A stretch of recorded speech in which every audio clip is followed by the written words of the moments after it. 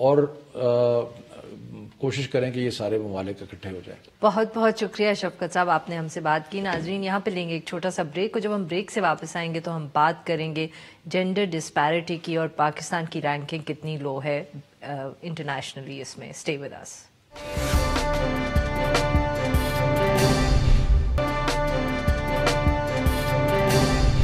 Welcome back. Programme کے اس حصے میں ہم ذکر کریں گے ورلڈ اکنامک فورم کی جو گلوبل جینڈر گیپ رپورٹ ہے 2020 کی.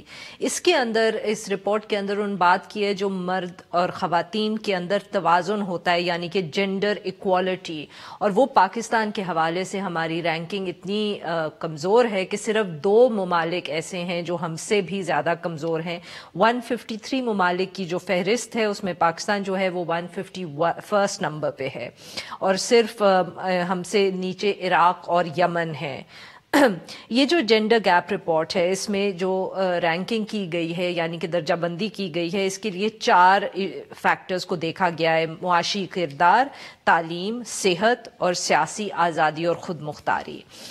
2006 میں جب اس رپورٹ کو پہلی دفعہ جاری کیا گیا تھا تو اس وقت پاکستان 112ویں نمبر پہ تھا، مگر اب وہ گر کے 151 نمبر پہ آ گیا ہے. رپورٹ کے مطابق پاکستان کے اندر خواتین کے لیے معاشی مواقع بہت محدود ہیں، اور صرف 32% خواتین ایسی ہیں جن کو یہ مواقع میسر ہیں، اور آدھی سے زیادہ جو خواتین کی آبادی ہے وہ ان پڑھ ہے. اسی سارے ایشو پہ گفتگو کرنے کے لیے ہمارے ساتھ آج موجود ہے ملیحہ حسین صاحبہ، جو جینڈر سٹڈیز ایکسپرٹ ہیں اور ایگزیکٹو ڈائریکٹر مہر گڑھ. ویلکم ٹو دی شو ملیحہ صاحبہ. ملیحہ صاحبہ، اتنے برے رینکنگ، اتنے برے نمبرز پاکستان کے، سو ایشوز تو 4 ہیں اس کے اندر، آبویسلی جیسے پالیٹکس بھی ہے اس کے اندر اور ایجوکیشن بھی ہے، بٹ میرے خیال میں جو کی اس کے اندر ایشو ہے وہ اکنامک امپاورمنٹ کا ہے، یا امپلائمنٹ اپرچونٹیز. کیا وجہ ہے کہ ہماری رینکنگ اتنی کمزور ہے؟ ہمارے جیسے جو قریب کے ملک ہیں جیسے بنگلہ دیش، وہ بھی ہم سے بہتر ہیں، ہم سے تو بہت بہتر ہو گیا، ان کی بڑھتی جا رہی ہے رینکنگ. میں آپ کو بتاؤں، ہم لوگ جو عورتوں کے یا انسانی حقوق پہ کام کرتے ہیں تو ہمیں تو یہ نظر آتا ہے دن بدن چیزیں، کچھ چیزوں میں ہم آگے بھی گئے ہیں، لیکن اب یہاں تو ہم آپس میں بات کر رہے ہیں اور اردو کا پروگرام ہے تو باہر کوئی نہیں سن رہا. حالات کافی خراب ہیں عورتوں کے حوالے سے. اس کی وجہ کیا ہے؟ ایک تو ہم عورت کو ابھی تک انسان، مکمل انسان نہیں سمجھتے، اس کو اپنی ملکیت کے طور پہ سمجھتے ہیں.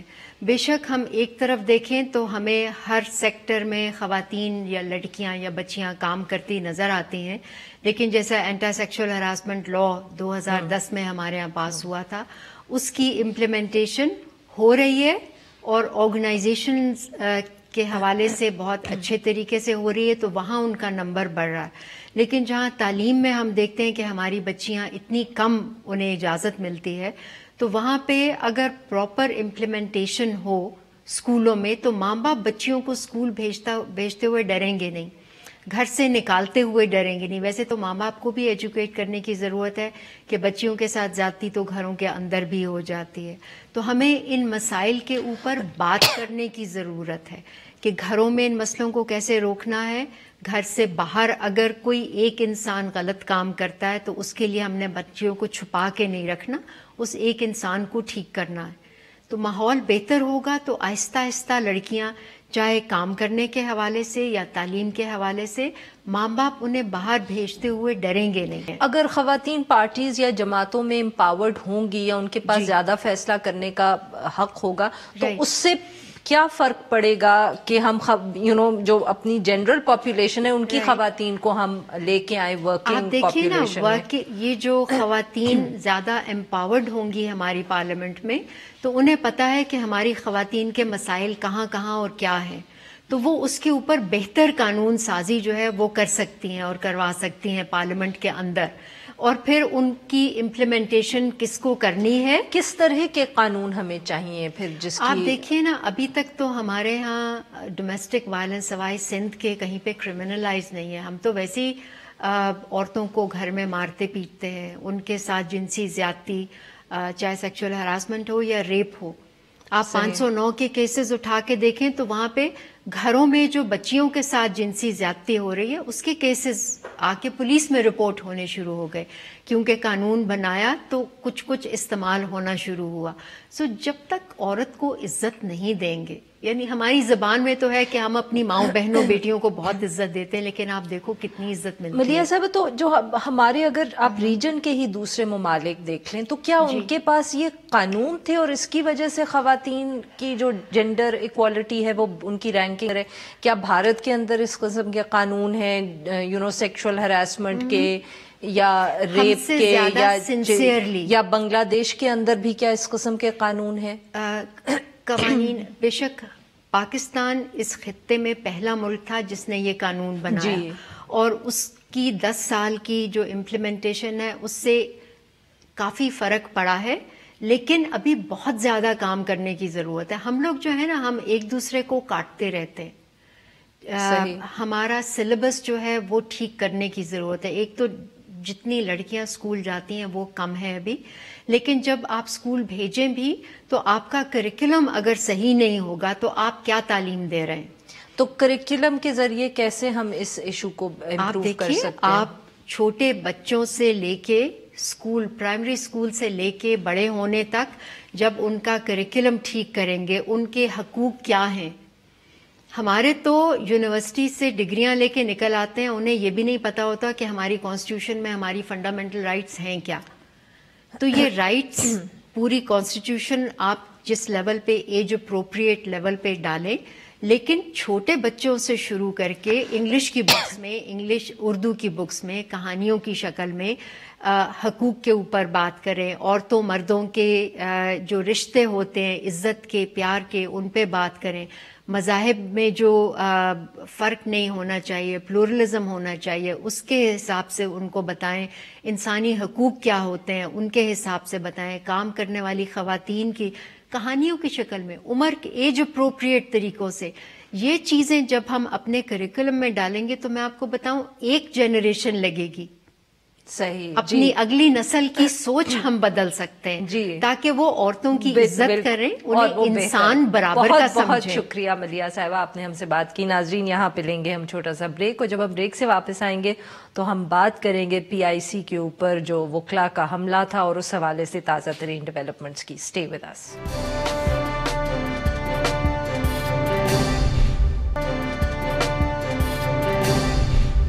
Welcome back. پروگرام کے آخر حصے میں ہم ذکر کریں گے پنجاب انسٹیٹیوٹ آف کارڈیالوجی پہ جو گزشتہ ہفتے وکلا کا حملہ ہوا اور ہنگامہ آرائی ہوئی، اور اس کے بعد اب تک کیا صورتحال ہے.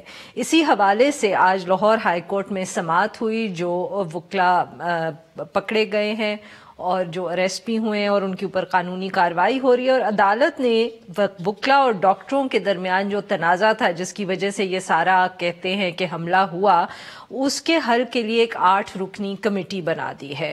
اس کے ساتھ ساتھ پنجاب کے جو سیکرٹری داخلہ ہیں اور IG ہیں ان کو بھی عدالت میں پیش ہوئے، اور انہوں نے یہ یقین دہانی کروائی کہ PIC حملے میں جو گرفتار وکلا ہیں ان کے خلاف تمام جو کارروائی ہے وہ قانون کے مطابق کی جائے گی، اور صرف ان کے خلاف کی جائے گی جو اس حملے کے اندر ملوث تھے. اس سے قبل 55 کے قریب سینئر وکلا نے ایک خط کے ذریعے جو PIC پہ حملہ تھا اس کے اندر ملوث وکلا کے خلاف بلا امتیاز کارروائی کے لیے پاکستان بار کونسل سے بھی مطالبہ کیا ہے. اس سارے ایشو پہ بات کرنے کے لیے آج ہمارے ساتھ موجود ہیں بیرسٹر افتخار احمد صاحب جو ایک سینئر ماہر قانون ہیں. ویلکم ٹو دا شو سر.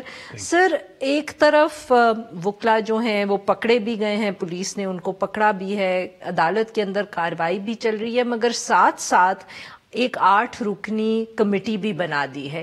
اب یہ جو 8 رکنی کمیٹی بنائی ہے عدالت نے، اس کے تناظر میں آپ کا کیا خیال ہے کہ جو قانونی کارروائی ہو رہی ہے اس کے اوپر کوئی اثر پڑے گا؟ کیا وہ اپنی لاجیکل اینڈ تک پہنچے گی؟ قانونی کارروائی پہ تو اثر نہیں پڑے گا، لیکن ایسے واقعات میں جہاں جو حملہ ہوا اور جو دیگر مشتی اور زخمی ہوئے لوگ، اس میں بیڈ بلڈ پیدا ہوتا ہے 2 گروپوں کے درمیان جو ایک دوسرے کو نفرت کی نگاہ سے دیکھتے ہیں. میں سمجھتا ہوں کہ چونکہ یہ لانگ ٹرم نہیں ہو سکتا، دشمنی نہیں ہے، صحیح، یہ ایک سپارک تھا جو کسی وجہ سے، اور دونوں تعلیم یافتہ طبقے تھے. پر لیکن تنقید یہ ہو رہی ہے اور کچھ لوگوں نے اس خدشے کا اظہار کیا ہے کہ بار کی طرف سے اگر پریشر پڑا ججز کے اوپر بہت تو شاید اس طرح نہ قانونی کارروائی ہو سکے جس کی ہم امید کرتے ہیں. جی بدقسمتی سے یہ ہوتا رہا ماضی میں، اور اس کا نتیجہ یہ نکلا کہ وہ سدباب نہیں ہو پایا درست طریقے سے، جو کہ قانون کا پراپر اپنا ہاتھ ہے، پنجہ ہے جو کہ لگنا چاہیے. دیکھیں کوئی کنڈون نہیں کر سکتا، نہ کوئی وکیل، نہ کوئی شہری، نہ کوئی منصف، وہ یہ کنڈون نہیں کر سکتا کہ آپ وائلنٹ ایکٹس کرمنل نیچر کے کریں اور پھر آپ سمجھوتے سے بچ جائیں. پھر تو تمام معاشرہ یہ توقع کرے گا کہ ہم نے بندہ مار دیا، چلیں آپ سمجھوتا کر لیتے ہیں اور نہیں ہوگا. لیکن میں نے جیسے پہلے عرض کیا کہ یہ جو دونوں کے درمیان بیڈ بلڈ ہے اس کا ختم ہونا ضروری ہے، اور وہ مذاکرات کے ذریعے سے ہو سکتا ہے، وہ خیر سگالی کے طریقے سے ہو سکتا ہے. جیسے نوٹ کیا ہم نے. پر سر اس وقت اگر ہم کہیں کہ آپ کو تو زیادہ معلوم ہوگا کہ کاؤنسلز نے کیا ڈسپلنری ایکشن لیا ہے ابھی تک اس حوالے سے. خط کا بھی ذکر کیا، سینئر وکلا نے لکھا ہے، بہت بڑے بڑے نام تھے اس میں، انہوں نے پاکستان بار کاؤنسل کو خط لکھا ہے، مگر کوئی اطلاع نہیں آئی کہ پاکستان بار کاؤنسل نے اس خط کو پڑھ کے کوئی رد عمل دیا ہو. جو لاہور کی بار کاؤنسل ہے اس کا کیا ری ایکشن ہے؟ انہوں نے بھی کوئی قدم لیا؟ بیکاز اصل میں تو جو بھی کورس کریکشن ہونی ہے وہ انٹرنلی ہونی چاہیے. جی انفیکٹ جو بار کاؤنسل ہیں وہ اسٹیچوٹری باڈیز ہیں، وہ انٹرنل نہیں ہے. جی ان کا بھی وہی رول ہے جو عدالتوں کا رول ہے. صحیح. کیونکہ انہوں نے اس پروفیشن کے بارے میں جتنا ڈسپلنری کام کرنا ہے وہ پنجاب بار کاؤنسل نے کرنا ہے اور پاکستان بار کاؤنسل نے کرنا ہے. وہ ضرور کریں گی وہ. سر بٹ ابھی تک کچھ ہوا ہے؟ جی ہمیں نہیں پتا، لیکن شاید چند دنوں میں تو ایسا ہوتا نہیں. ہاں مطلب کہ کتنی دیر لگے گی اور کیا کر سکتے ہیں؟ مطلب کچھ تو انڈیکیشن اب تک آ جانی چاہیے نا سر. وہی جیسے آپ نے بھی کہا کہ اس کو کوئی کنڈون نہیں کر سکتا، اور اس وقت جو نظریں ہیں وہ وکلا کے اوپر ہیں، کیونکہ آبویسلی انہوں نے ایک بہت سیٹ کیا ہے، ایک ایکٹیشن ہے ان سے، جیسے آپ نے بھی کہا. تو ابھی تک اگر کوئی قدم ان کی طرف سے ہمیں نظر نہیں آئے گا تو اس سے پھر لوگوں کو یہی لگے گا کہ جیسے وکلا جو ہیں وہ کوئی کورس کریکشن کرنے کو تیار نہیں ہے. جی آپ کا خدشہ بھی بے جا نہیں ہے، اس لیے کہ ہمارا سٹرکچر ایسا ہے، اسٹیچوٹری جو قانون ایسا ہے کہ یہ ڈسپلنری باڈیز انڈیپینڈنٹ ہونی چاہیے. جی بار کاؤنسل وہی ہیں جو وکلا ہیں خود. صحیح. یو کی ناٹ بی جج آف یور اون کاز، آپ اپنے ہی جج نہیں بن سکتے. تو اس لیے ان میں ہمیشہ پاسٹ میں بھی یہی ہوتا ہے کہ ہم نے کم کبھی دیکھا ہے کہ کسی ڈسپلنری ایکشن میں سزائیں دی ہوں، انہوں نے لائسنسز کینسل کیے ہوں گے، ضرور کیے ہوں گے، لیکن وہ پبلسائز نہیں ہوتے یا دکھایا جائے عوام کو کہ ہم اپنا انٹرنل ڈسپلن کرتے ہیں. جیسے آرمی ہے، آرمی کورٹ مارشل کرتی ہے، اخباروں میں چھپتا ہے کس کو کیا سزا ہوئی ہے. اسی طرح سے ہر پروفیشن میں جو ڈسپلنری باڈیز ہیں، جو اسٹیچوٹری باڈیز ہیں، ان کو چاہیے کہ وہ جو بھی ڈسپلنری ایکشن لیں اپنے لوگوں کے خلاف اس کو تشہیر کریں تاکہ لوگوں کو تسلی ہو. آپ بالکل درست فرماتی ہیں کہ ابھی تک انہوں نے اگر نہیں کیا تو کم از کم اب عدالت تو اس میں آ پڑی ہے. ہر معاملے میں عدالت نہیں آتی. مس کانڈکٹ جو ہر طرح کے ہوتے ہیں جو ڈیلی بیسس پہ پروفیشن میں ہوتے ہیں، اس کے لیے وہ پروفیشنل باڈیز ہیں، بار کاؤنسل ہیں. لیکن عدالت اگر اس میں آئی ہے تو شاید وہ اس وقت انتظار کریں کہ عدالتی کارروائی ختم ہو تو پھر وہ کچھ کریں گے. ہاں سبجیکٹس میٹر میں آپ کانفلکٹ. بہت بہت شکریہ سر، آپ نے ہم سے بات کی. ناظرین آج کے لیے بس اتنا ہی. We'll be back tomorrow at the same time.